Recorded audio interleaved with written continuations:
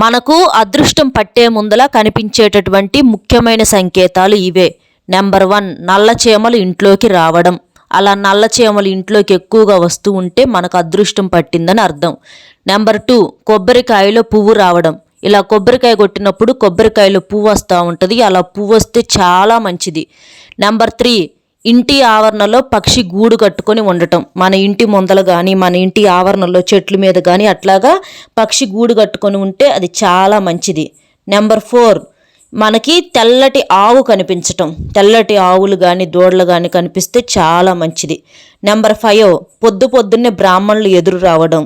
Number 6, దీపం నుండి చప్పుడు రావడం. నెంబర్ 7, కోతులు మంగళవారం ఇంటి కప్పు మీదకు రావడం.